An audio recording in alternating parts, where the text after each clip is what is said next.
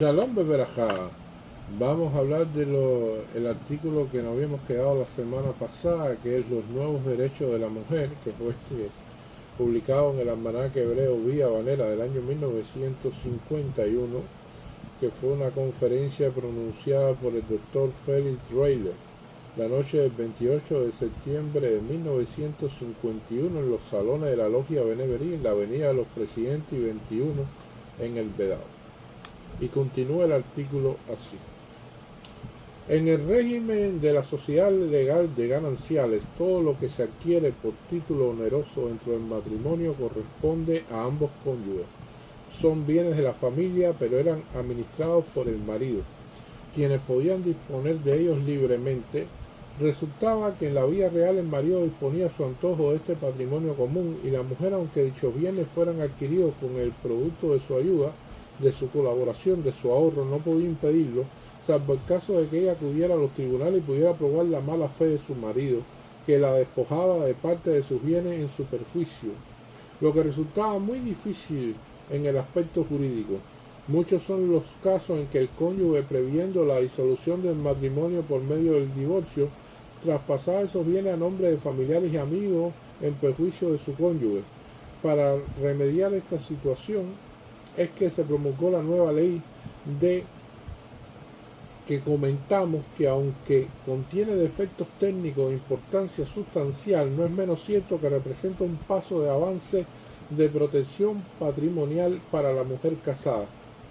Este es el régimen que ilustramos. No todos los bienes pertenecen a la sociedad de gananciales, pues los bienes que cada cónyuge tenía antes del matrimonio y los que se adquieren después por herencia, donación o otro título lucrativo, y los que se adquieren por inversión real de esos bienes en otros, siguen siendo propios de cada cónyuge.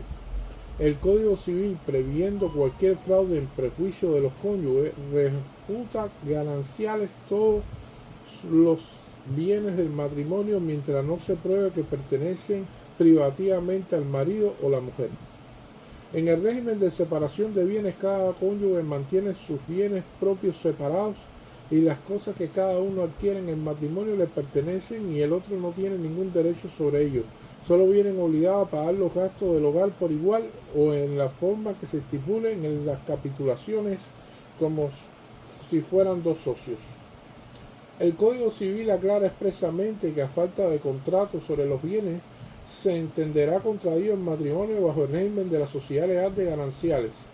Los que combaten la ley número 9 que comentamos expresan de que hoy en adelante los matrimonios se celebrarán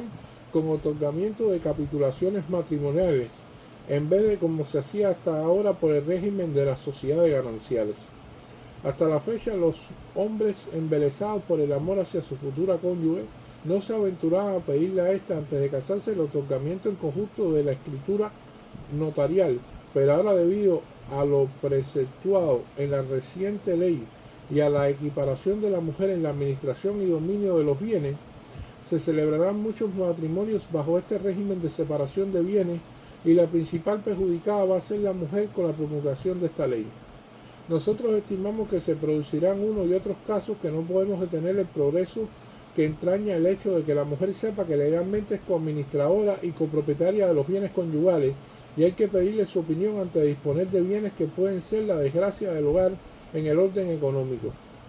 Se mantiene el criterio que la solución verdadera de la equiparación de la mujer casada deberían consistir en la regulación que se hicieran para que no se estorben marido y mujer recíprocamente, manteniéndose desde luego a favor de la mujer el régimen de sociedades gananciales, que en Cuba resulta una corrección necesaria al sistema imperante de la herencia legítima, que sitúa a la mujer por detrás de los hermanos e hijos de hermanos. El régimen de gananciales otorga a la mujer la mitad de lo que ha producido el marido durante el matrimonio, y se refiere al marido porque se estima que en la inmensa mayoría de los matrimonios el marido es el que produce y crea la fortuna. El Código Civil expresamente prohíbe al marido disponer por testamento de la mitad de los gananciales que pertenecen a la mujer.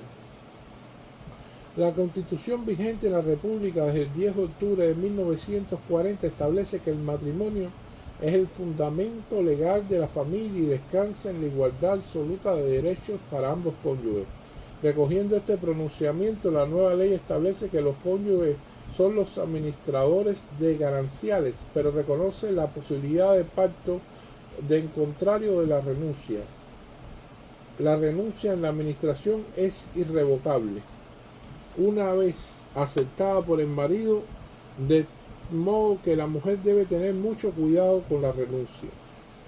Por otro precepto, la nueva ley refiere a actos de administración y actos de dominio, pero no hace una distinción precisa, puesto que no los define. Los actos de administración pueden realizarse indistintamente por cualquiera de los cónyuges, pero para realizar cualquier acto de dominio será necesario el consentimiento de ambos cónyuges. En esta distinción que hace la ley se presenta el gran problema. Se dice que los actos de administración son aquellos tendientes a conservar o hacer producir el capital. Por exclusión, los actos de dominio son aquellos que se relacionan por la disposición, venta, cesión, traspaso, gravámenes, transformación, etc. de los bienes. Constituir una hipoteca, ceder un crédito, vender un juego de muebles son actos de dominio. Por eso dicen muchos estudiosos de la materia que ello resulta monstruoso, pues la ley debió limitar los actos de dominio solamente a bienes inmuebles, venta de establecimientos mercantiles, industriales, agrícolas, ganaderos, etc., y joyas y objetos de extraordinario valor, pero no para todos los bienes, hasta lo del mínimo valor que se haga necesario el consentimiento de ambos cónyuges para disponer de ellos. Esta distinción también resulta interesante en cuanto al régimen que han de seguir las operaciones comerciales, industriales y bancarias.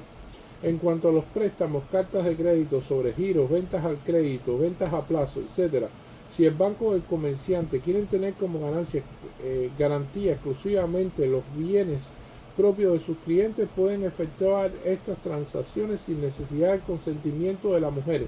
pero si desean tener también la garantía de los bienes gananciales, será imprescindible la firma conjunta de ambos cónyuges. Todas estas dificultades de orden práctico se pueden obviar en parte mediante el otorgamiento de un poder especial a favor del cónyuge que ejerce las actividades comerciales o industriales, y en ese poder hay que consignar específicamente todos los actos de dominio que puede realizar dicho cónyuge y hasta qué punto puede obligarse en relación con los bienes gananciales. Desde luego que este poder se puede revocar en cualquier momento si el cónyuge apoderado hace mal uso del mismo o la apoderante lo estimara más conveniente para sus intereses por cualquier concepto. La ley que estamos analizando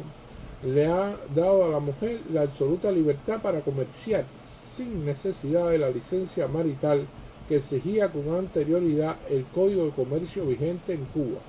y con ello se le han dado la igualdad a esta otra actividad que ya la Constitución de 1940 había previsto en sus preceptos. También dicha ley ha derogado toda limitación que existe en la legislación en cuanto a la capacidad de la mujer que merme la igualdad de sexo que la Constitución ya había previsto en sus preceptos. Y hasta aquí este interesante artículo titulado Los nuevos derechos de la mujer, publicado en el Almanaque Hebreo Vida Manera del año 1951, a partir de las conferencias pronunciadas por el Dr. Félix Reyler la noche del 25 de septiembre de 1951 en los salones de la Logia Beneverit, en la Avenida de los Presidentes y calle 21 en El Vedado. Muchas gracias.